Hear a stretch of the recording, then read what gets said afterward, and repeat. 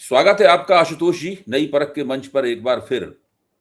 जी, ये नमस्कार। ताज्जुब की बात है और एक लिहाज से दुनिया के दूसरे लोकतंत्रों में ऐसा कहीं नहीं होता है कि एक पार्टी जो अभी चुनाव हार गई, 15 साल से सत्ता में थी और चुनाव हारी ज़रूर, लेकिन उसके पास कोई बहुत मजबूत विपक्ष कहलाने लायक सारी ताकत है। उसके पास एक बड़ा संगठन है पूरे पश्चिम बंगाल में, उनके पास 80 एमएलए हैं, उनके पास तकरीबन 23 सांसद हैं, एक बड़ी ताकत है।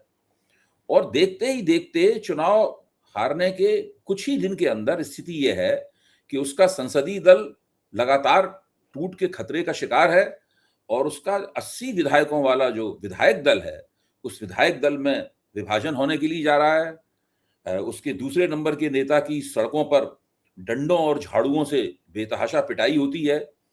उनके संसद में जो नेता हैं उनकी पिटाई होती है, ज़मीन पर उनको पटक दिया जाता है, सब अस्पताल में उनको भर्ती होना पड़ता है। ऐसा लग रहा है कि जैसे कि अगर 15-20 दिन इसी तरीके से चलता रहा, तो तृणमूल कांग्रेस श्रिंक होकर एक बहुत ही छोटी-सी पार्टी रह जाएगी। उसके पास कुछ पश्चिम बंगाल में करने धरने के लिए कुछ रहेगा नहीं, उसे कोने में छिप जाना पड़ेगा जाकर। ऐसी घटना घटित हो रही है और इसका कोई रोकथाम करने की कोई हमारे पास विधि नहीं है। कोई तरीका नहीं है जिससे इसकी कोई रोकथाम की जाए। कहीं शिकायत दर्ज की जाए ऐसी भी कोई जगह नहीं है। भारत के लोकतंत्र में जो शिकायत करने के जितने भी मंच होते थे, वो सब मंच भी प्रभावी नहीं रह गए। आप शिकायत दर्ज करते रहिए, पत्थर पर सिर मारने जैसा है। अच्छा, अब ये जो घटना हो रही है, इसके अंदर एक तो भारतीय जनता पार्टी की स्पष्ट रूप से भूमिका है जो हमें दिखाई पड़ रही है कि वो इसमें क्या खेल खेल रहे हैं वो लोग। दूसरे, एक क्षेत्रीय शक्ति ने 15 साल सत्ता में रहने के दौरान किस तरीके से अपने आप को वो बनाया है, उसकी भी एक भूमिका हो सकती है इसके अंदर, वो भी दिखाई पड़ रही है इसके अंदर।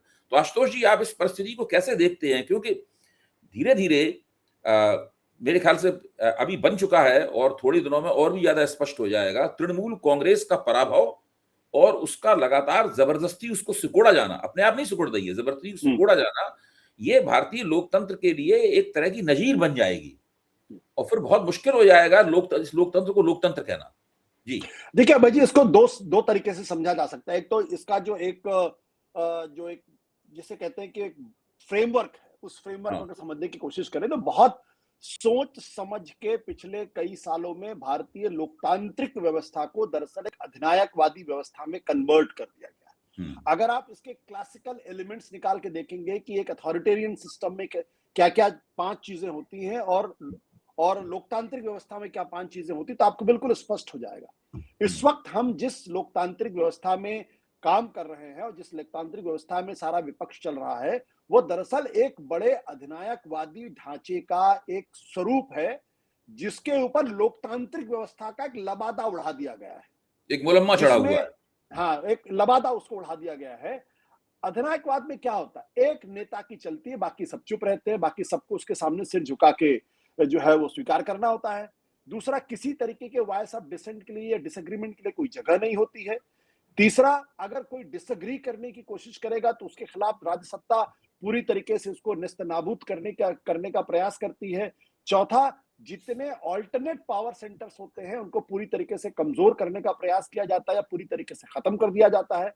और पांचवा, अगर आप देखेंगे, मीडिया पूरी तरीके से जो है उनके कब्जे में होता है। ये पांचों एलिमेंट्स जो है इस हमारे आज की मौजूदा लोकतांत्रिक व्यवस्था में मौजूद है।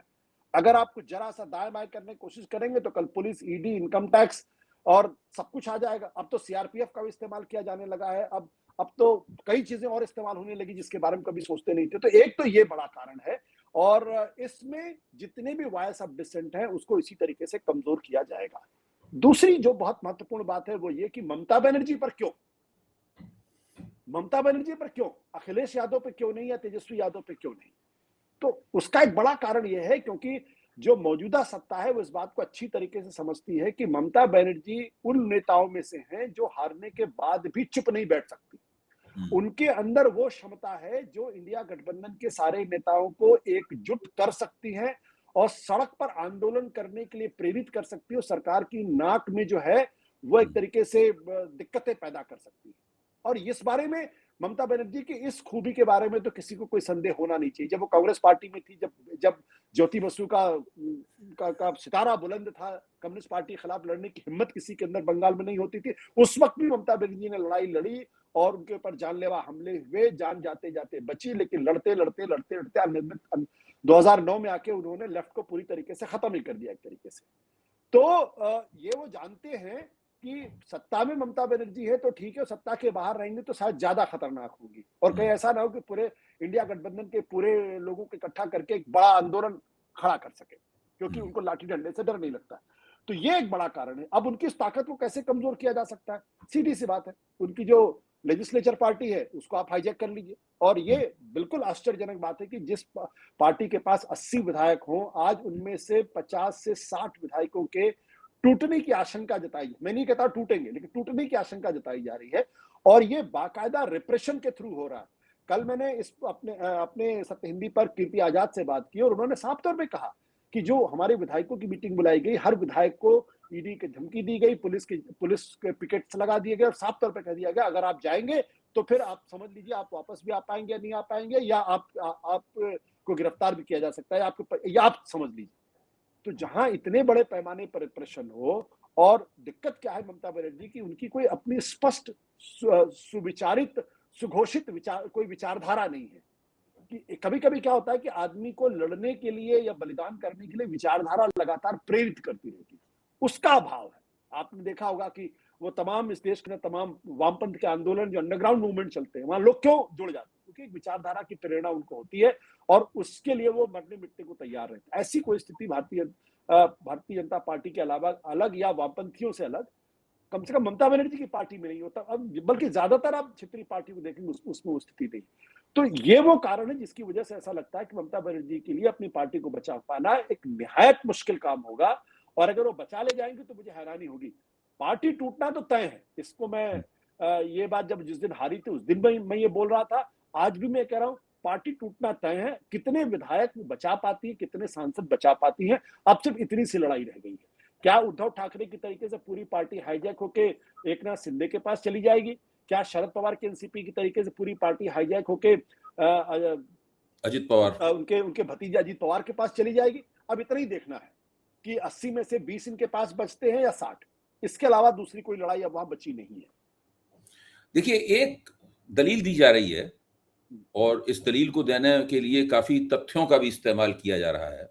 आपको दलील के बारे में जानकारी होगी, मैं तो केवल उसका तरफ आपका ध्यान खींच रहा हूं कि दरअसल जो तृणमूल कांग्रेस का मौजूदा संकट है, ये उसके अंदर जो ओल्ड गार्ड्स हैं, यानी पुराने नेता हैं, और पुराने नेता जो कि ममता बनर्जी की दुहाई देते हैं, और जो नई शक्तियां हैं जो कि अभिषेक बनर्जी की दुहाई देती हैं, जो कि पार्टी को आई पैक के स्टाइल में और कारपोरेट स्टाइल में चलाना चाहती हैं। ममता बनर्जी पुरानी कार्यकर्ता आधारित पार्टी उस स्टाइल में चलाती, उस शैली में चलाती थी।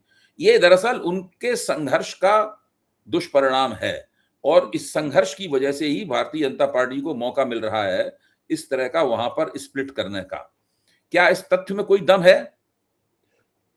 देखिए, मैं इसको बहुत ज्यादा तवज्जो नहीं देता। जब कोई पार्टी हारती है तो उसमें इस तरीके के कॉन्ट्रडिक्शन इमर्ज करते हैं, और वो हर पार्टी में होता है। और जैसे कि आपने देखा कांग्रेस पार्टी जब 2014 के बाद हारी बुरी तरीके से, तो उसमें कांग्रेस के अंदर का एक तबका जो है वो खुद राहुल गांधी खिलाफ बोलने लगा, डायनेस्टी पॉलिटिक्स खिलाफ बोलने लगा। जब तक उस डायनेस्टी से उनको फायदा था, जब तक राहुल गांधी से उनको मंत्री पद मिला, तब तक उनको कोई दिक्कत नहीं थी।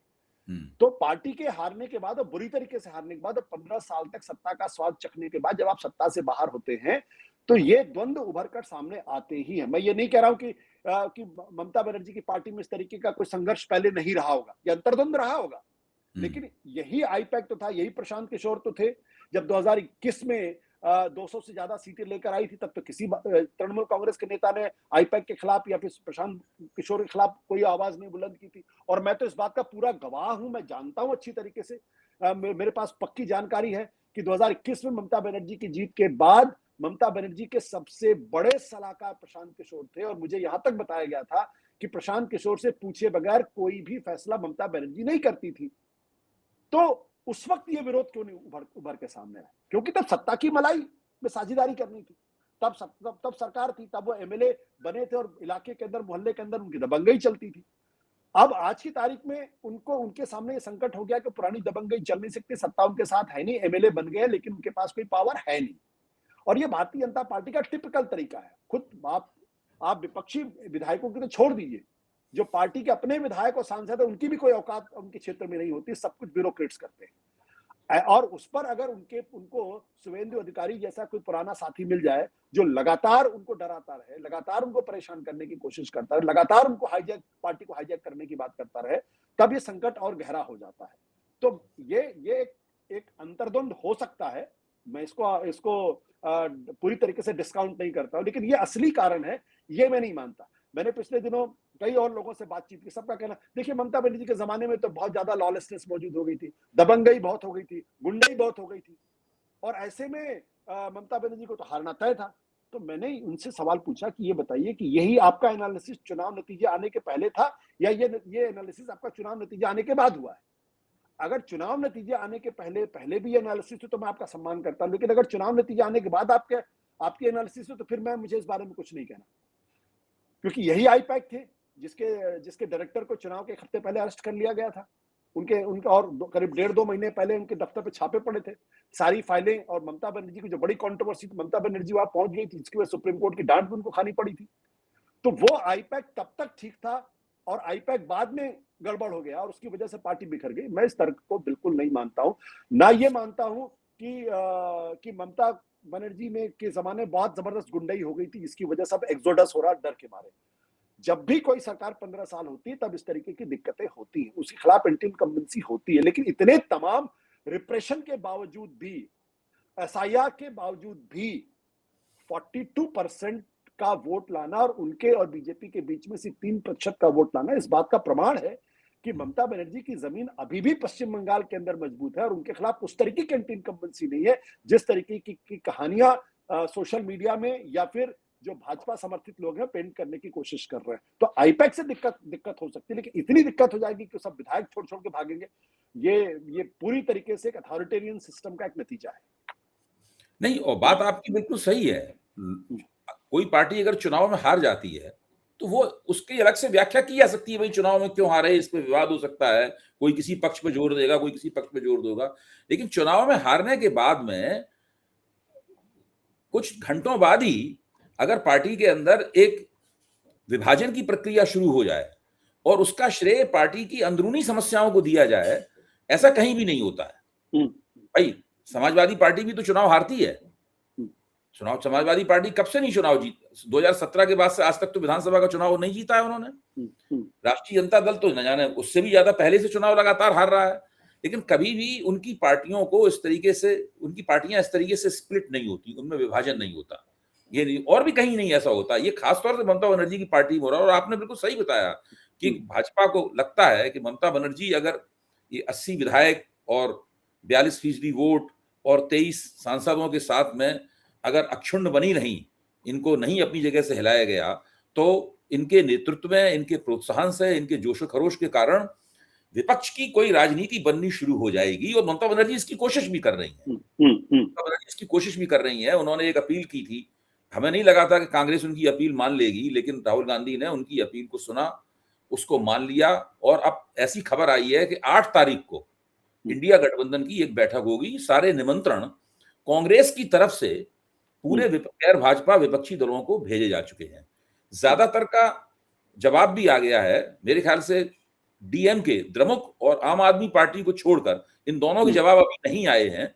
इनको छोड़कर बाकी सभी विपक्षी दलों ने उसमें भाग लेने की हामी भी भर दी है। तो 8 तारीख को मीटिंग होनी बिल्कुल तय है। और ये मीटिंग ममता बनर्जी की पहलकदमी पर हो रही है। ये भी अपने आप में आपकी बात की तस्दीक करती है। ममता बनर्जी जिस तरह से उन्होंने तुरंत जो रुख अपनाया, वो रुख ही ऐसा है कि अब चलिए, आप बंगाल में जो होना था वो हो चुका, अब भारतीय जनता पार्टी से लड़ने के लिए एक राष्ट्रीय गठजोड़ फिर से तैयार खड़ा किया जाना चाहिए। अब यहाँ पे एक बात आपने बहुत महत्वपूर्ण कही, वो आपने कही कि सारी खूबियों और खामियों के बावजूद ममता बनर्जी के साथ में एक समस्या है कि उनके पास कोई विचारधारा नहीं है, उनके पास कोई सुचिंतित राजनीतिक कार्यक्रम नहीं है जिसकी प्रेरणा से लगातार उनकी पार्टी अनुप्राणित होती रहे और आगे बढ़ती रहे और बुरे वक्त में भी वो खड़ी रहे टिक के। लेकिन आशुतोष जी, ये समस्या तो सभी क्षेत्रीय पार्टियों के साथ है। कौन सी हम्म, क्षेत्रीय पार्टी के पास कोई विचारधारा है? किस क्षेत्रीय पार्टी के पास कोई राजनीतिक, आर्थिक कोई कार्यक्रम है? ठीक है, जातीयता और भाषा का और संस्कृति का सवाल होता है, तो वो चीज़ तो ममता बनर्जी के साथ भी है।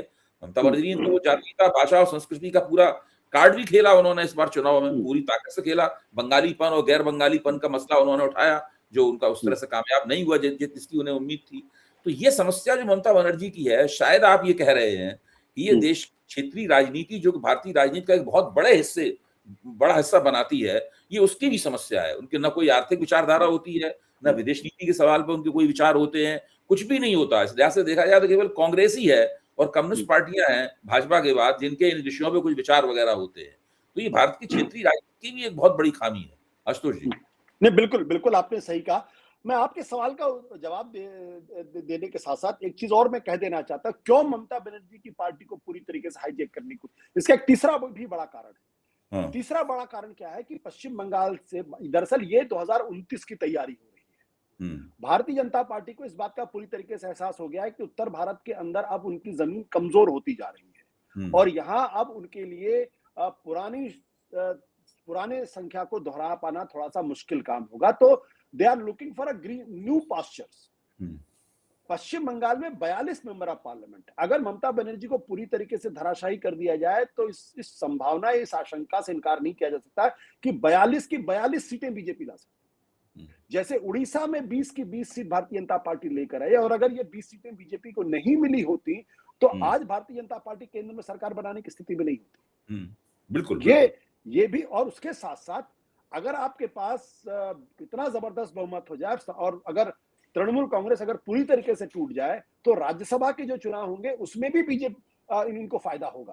तो इस 2029 की तैयारी, साथ ही साथ राज्यसभा के अंदर 2/3 बहुमत पाने की तैयारी, ये दोनों ही उसका हिस्सा है। और उनको लगता है कि ये आसान काम है, क्योंकि बंगाल के अंदर जो एक फोर्स थी विचारधारा की कमी की वजह से, वो उस मजबूती के साथ नहीं खड़ी हो पा रही, या एक एक एक, एक ऐसा अंदरूनी आदमी है शुभेंदु अधिकारी, जो दरअसल एक चीज जानता है तृणमूल कांग्रेस के बारे में, और इसलिए उनके नट बोल्ट को लूज करना उसके लिए बहुत आसान काम।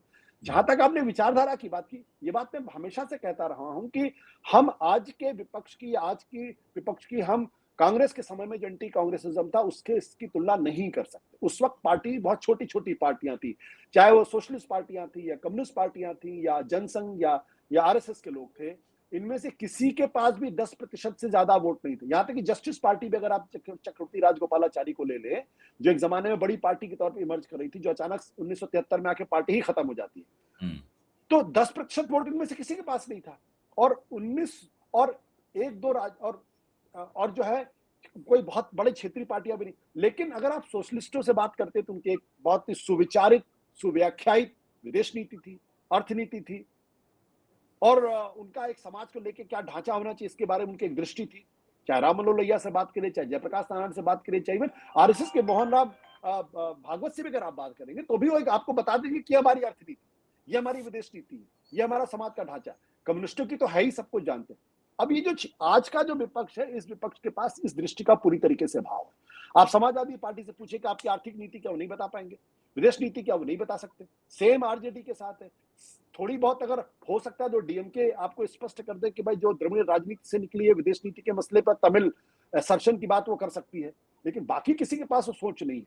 तो इसलिए विचारधारा की हीनता आज क्षेत्रीय दलों की सबसे बड़ी दिक्कत, सबसे बड़ी कमजोरी है। और इसी वजह से अगर आप देखिए तो इनमें से शायद ही कोई होगा जिसने कभी बीजेपी से हाथ न मिलाया हो। ममता बनर्जी तो अटल बिहारी वाजपेयी की कैबिनेट में थी। डीएमके करुणानिधि जब उसके नेता थे तो वो डीएमके, तब वो अटल बिहारी वाजपेयी के साथ कैबिनेट में थे। और यही हाल आप बाकी शिवसेना को भी देख लीजिए। शरद पवार के बारे में तो कहा जाता है कि वो फ्लर्ट करते रहते, कभी इधर कभी उधर, कोई भरोसा नहीं है। अकेले लालू प्रसाद यादव के बारे में हम कह सकते हैं जिन्होंने कभी भी बीजेपी के साथ किसी तरीके का कोई समझौता नहीं किया और उसकी कीमत भी उन्होंने चुकाई। मायावती को आप जानते हो क्या कर रही है। यहां तक कि पीडीपी, महबूबा मुफ्ती की पार्टी बीजेपी के साथ मिलकर सरकार बना चुकी है। उमर अब्दुल्ला की पार्टी फारूक अब्दुल्ला बना चुकी है, अकाली दल बना चुकी है। और इसके अलावा आप जब आप उड़ीसा जाते हैं तो नवीन पटनायक के साथ इनके गठबंधन थे, तो बचा कौन? असम गण परिषद भी इनके साथ थी।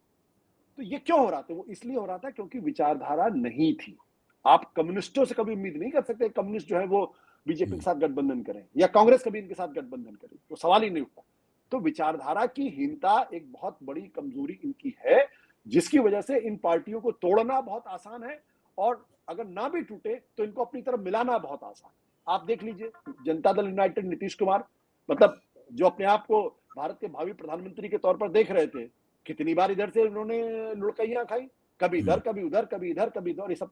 और एक चीज और मैं कहना चाहूंगा जो हमारे समाजवादी मित्रों को बहुत तकलीफ देती है कि दरअसल भारतीय जनता पार्टी के उभार में इस देश के अंदर समाजवादियों का बहुत बड़ा रोल है। उन्होंने राम मनोहर लोहिया ने सबसे पहले 1963 में इनके साथ गठबंधन करके इनको एक सम्मानजनक स्थिति देने की कोशिश, पहली बार इनको एंडोर्स किया। उसके बाद जयप्रकाश नारायण ने तो सीधे कह दिया था अगर आरएसएस अगर डिक्टेटर है तो मैं भी डिक्टेटर हूं, या वो फासिस्ट है तो मैं भी फासिस्ट हूं। तो अब और जहां और अगर आप पूरा ग्राफ देखेंगे तो कम से कम 70 से 80% जो समाजवादी पार्टियां थी उनके कंधे पर सवार होकर भारतीय जनता पार्टी सत्ता के शीर्ष पर पहुंची, चाहे मध्य प्रदेश हो, चाहे राजस्थान हो, चाहे गुजरात हो, चाहे हरियाणा हो। हर जगह आप देख लीजिए, सब जगह। ये बात हमारे मित्रों को पसंद नहीं आती है, तो और इसलिए मैं अब इससे ज्यादा नहीं बोलूंगा कि हमारे समाजवादी मित्र भी बहुत नाराज हो जाएंगे मुझको लेके, बट ये ये कुछ सच्चाई अप्रिय तथ्य हैं, आपने बिल्कुल ठीक कहा, ये कुछ अप्रिय तथ्य हैं।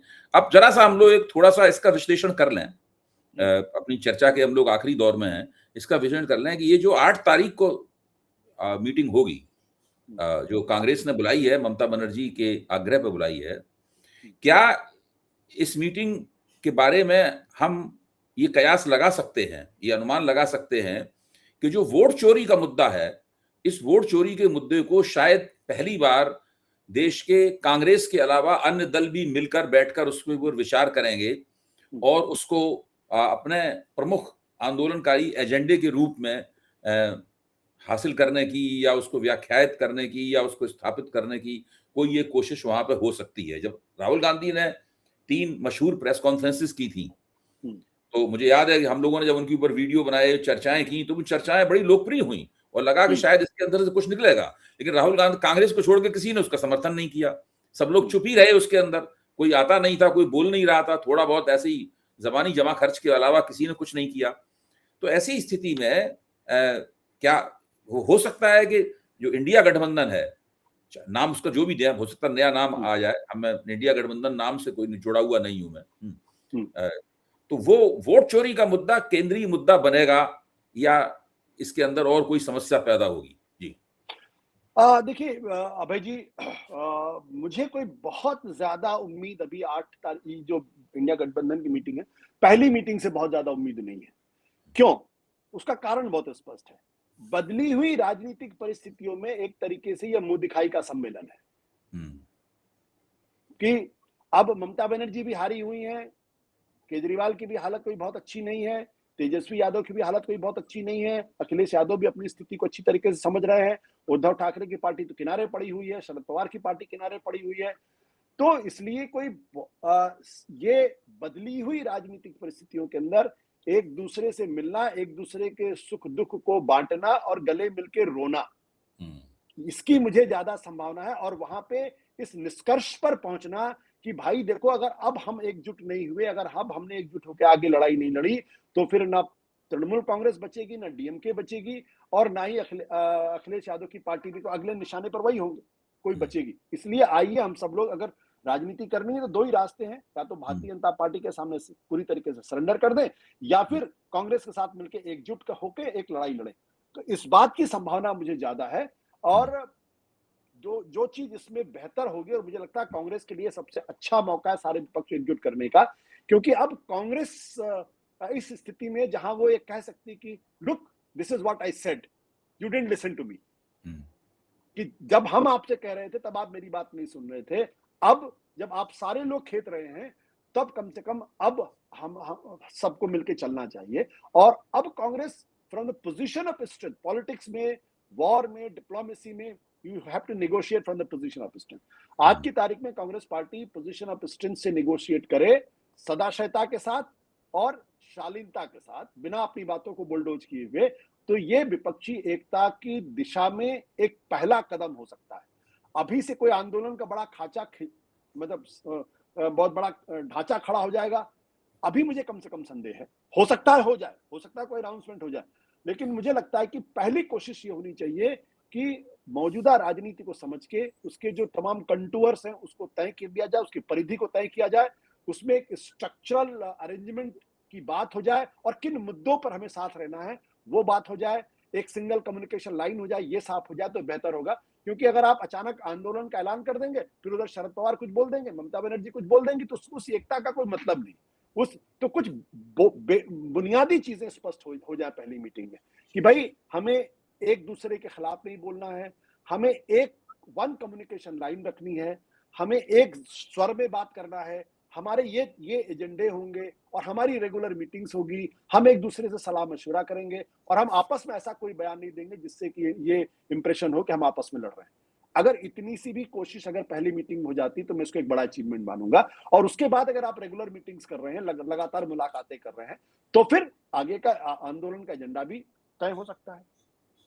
बहुत बहुत धन्यवाद आशुतोष जी। हम लोगों ने तकरीबन कोशिश की है कि कम समय में इस राजनीतिक घटनाक्रम के सभी पहलुओं पे एक शुरुआती गौर कर लें, क्योंकि अभी तो ये घटनाक्रम का ये चीज शुरू हुई है और अभी आगे बढ़ेगी। देखें ममता बनर्जी अपनी पार्टी को किस हद तक बचा पाती हैं और फिर गैर भाजपा गोलबंदी में उनकी भूमिका क्या होती है और उनकी भूमिका का किस तरीके से कांग्रेस और दूसरी पार्टियां, महत्वपूर्ण ताकतें हैं, उनका इस्तेमाल करती हैं। हम लोगों की निगाह इस पर बनी रहेगी और हम लोग आगे भी इसके ऊपर चर्चा करेंगे। बहुत बहुत धन्यवाद। Thank you.